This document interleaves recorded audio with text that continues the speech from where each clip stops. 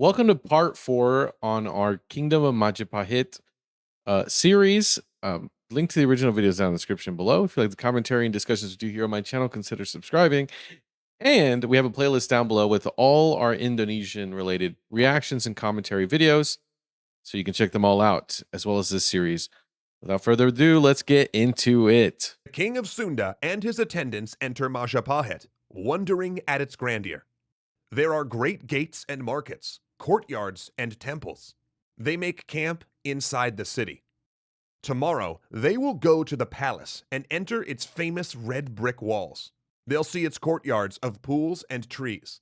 The great king himself will mount his chariot pulled by dogs and leopards and Whoa. take them to the tournament ground, where he holds lavish banquets and watches his nobles spar. And they'll see his great menagerie, where the songs of exotic birds trapped in enormous cages echo off the walls. They've come to wed their princess to the king, and soon will share in this wealth. A gate swings open. Majapahit soldiers march out and stand in an honor guard. Between them comes a man dressed in armor. Not the king, but Gajah Mada. Oh no. Is he the villain now? We just found out in last episode that there was a lot of twists and turns, and it's really hard to believe who's the good guy and who's the bad guy. But I will say this. We are going to keep watching this guy, okay? We need to keep our eye on this guy. Something is wrong. Yeah. Very wrong.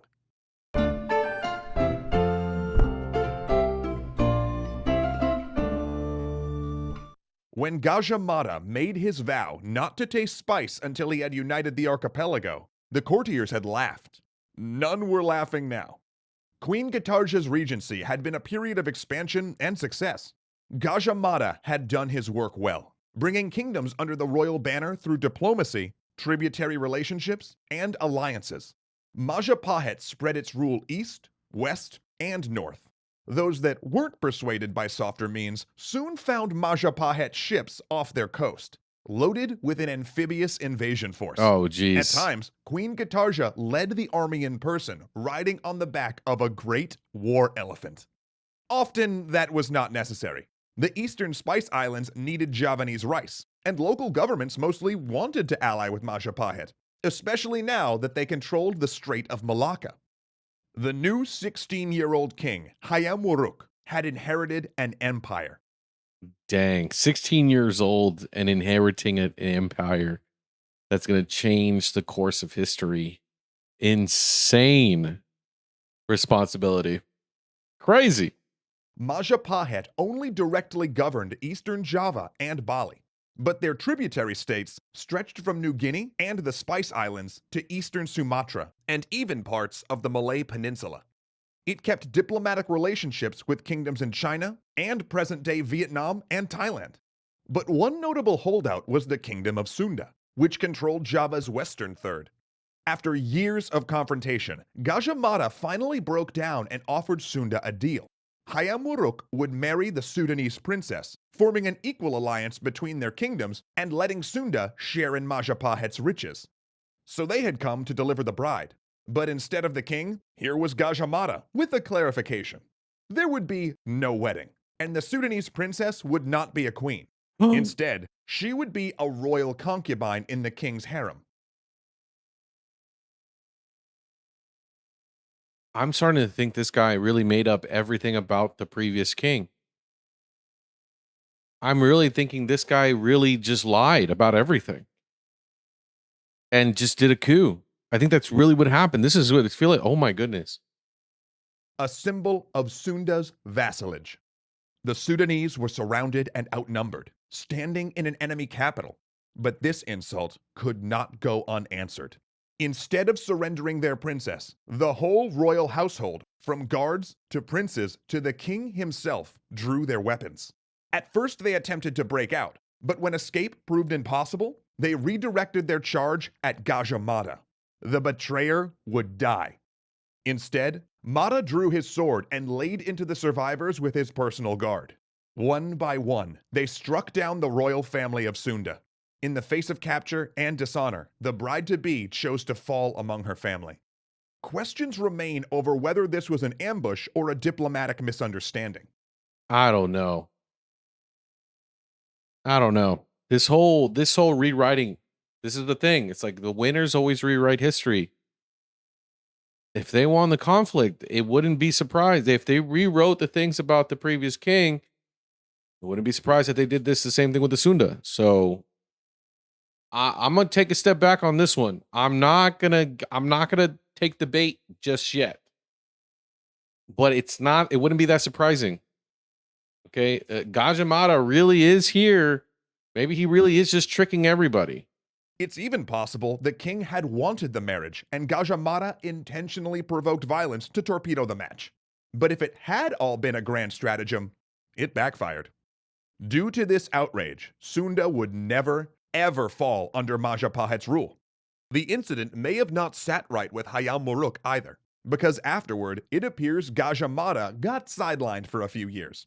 He still wrote and institutionalized a system of laws, but he would never be all powerful again. So he did. So it was him. Ooh, this guy's sneaky. This guy is so sneaky. Hayam Wuruk was not a Yago like his minister.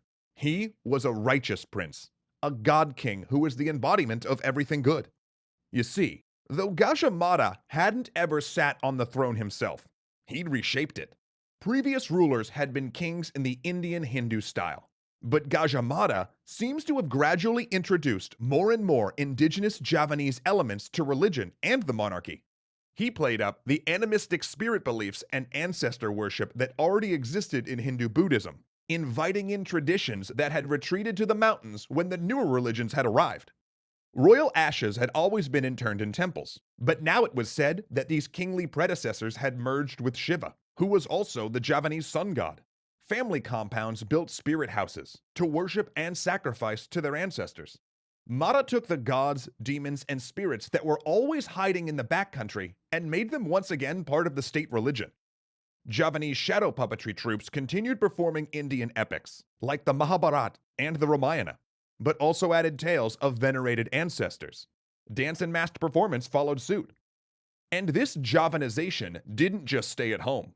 Mara had specifically introduced, and sometimes forced, these beliefs on neighboring Bali, and he helped encourage and spread Javanese theater forms around the archipelago.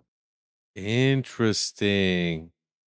So he really did like brute force his way everywhere. It was one of my questions last video. And he really just did. So, wow. Now the question is, was that one of the only things that he was doing was spreading influence, right? I use influence as an example because you have the forms of entertainment, you have essentially your military force. Were there other smaller things that he did that were kind of stood out in your opinion? Because I really want to get a feel for how this guy really navigated things on a more personal level.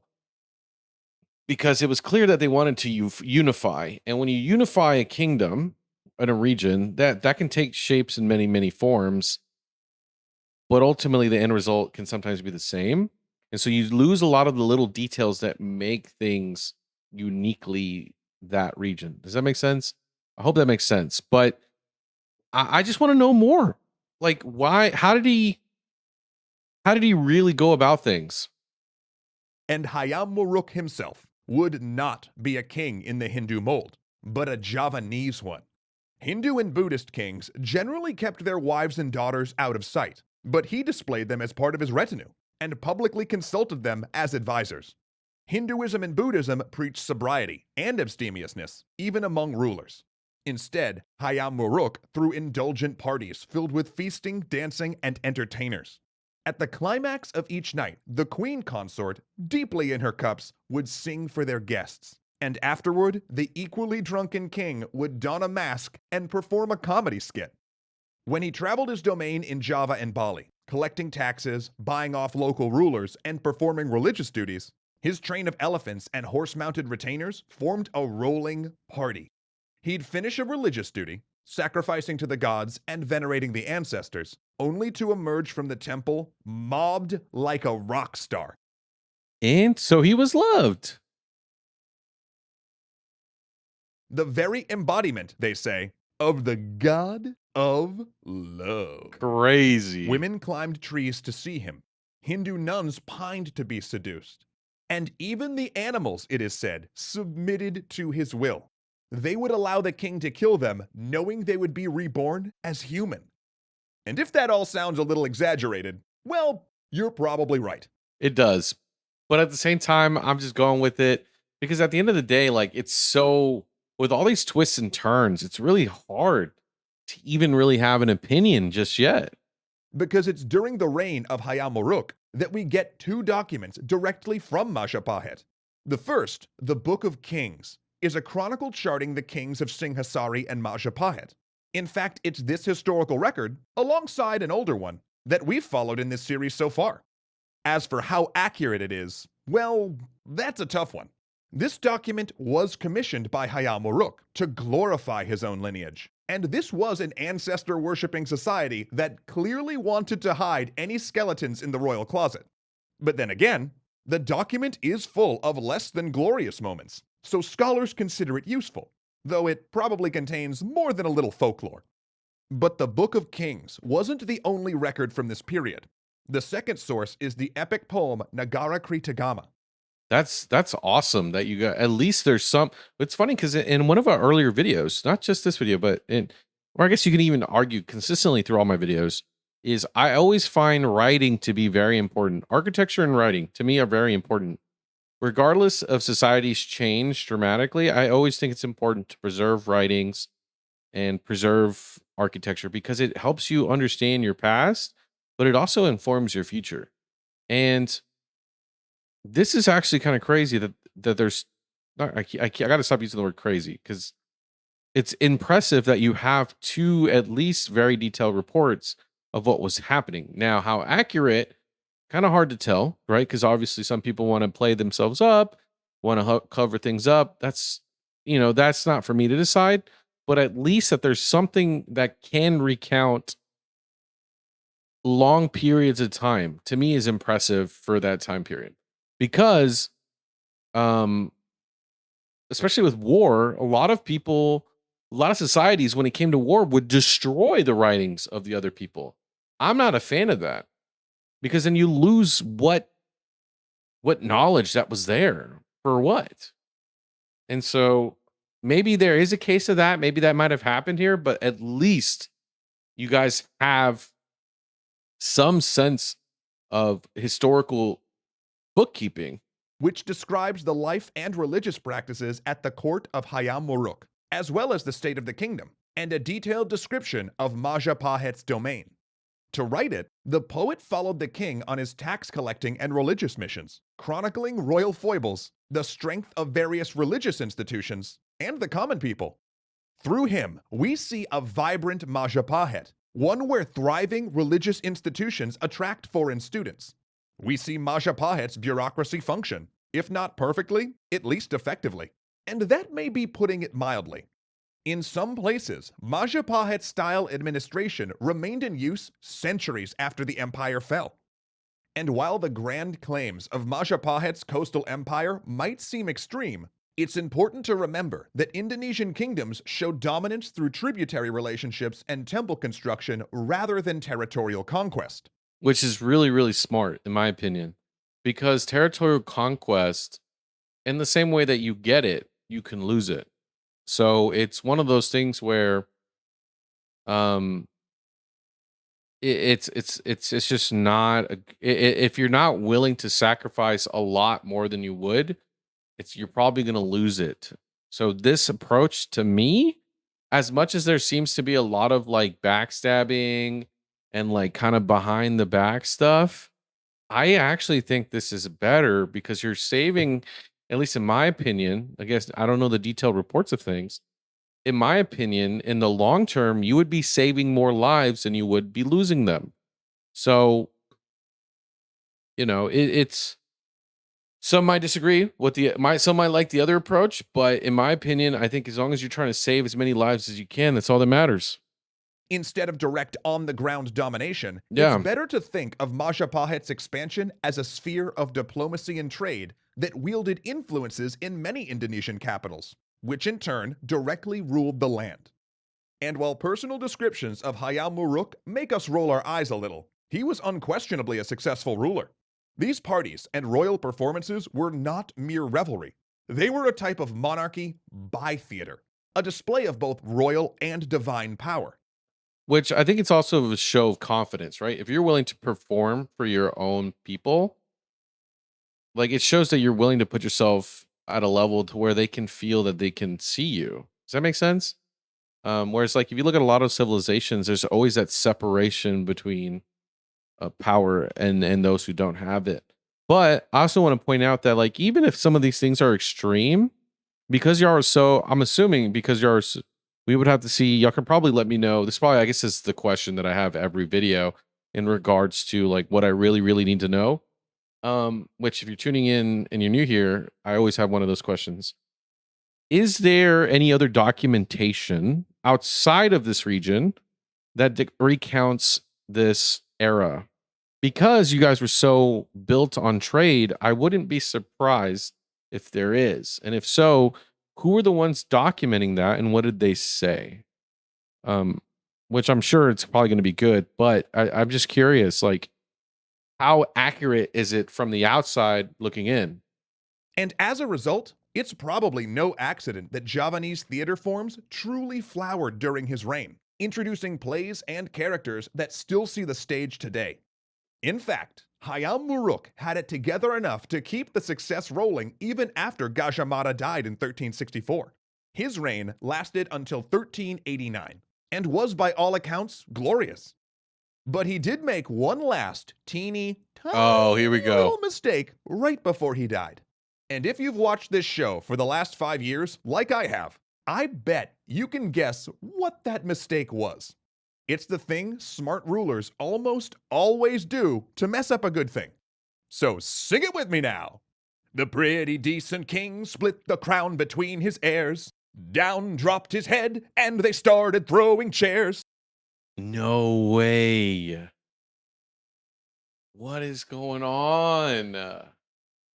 No. So he split the crown and then they just started a civil war. Succession crises lead to civil war, and the pretty decent kingdom was doomed to be no more. Did that civil war really call? Oh my gosh, we got to watch the next episode. I mean, he had a good run. I mean, based on the years and the time period, I mean, that's a pretty good run. I just didn't think it would be a civil war. I thought it would have been maybe like, I don't know. I'm trying to think of like what's like one of the most common ways kingdoms fell when they were doing so well. It'd probably be famine, some type of famine or sickness that just kills a bunch of people and you just lose your entire workforce and then you're done. Wild. Anyway, let me know what you think in the comments down below.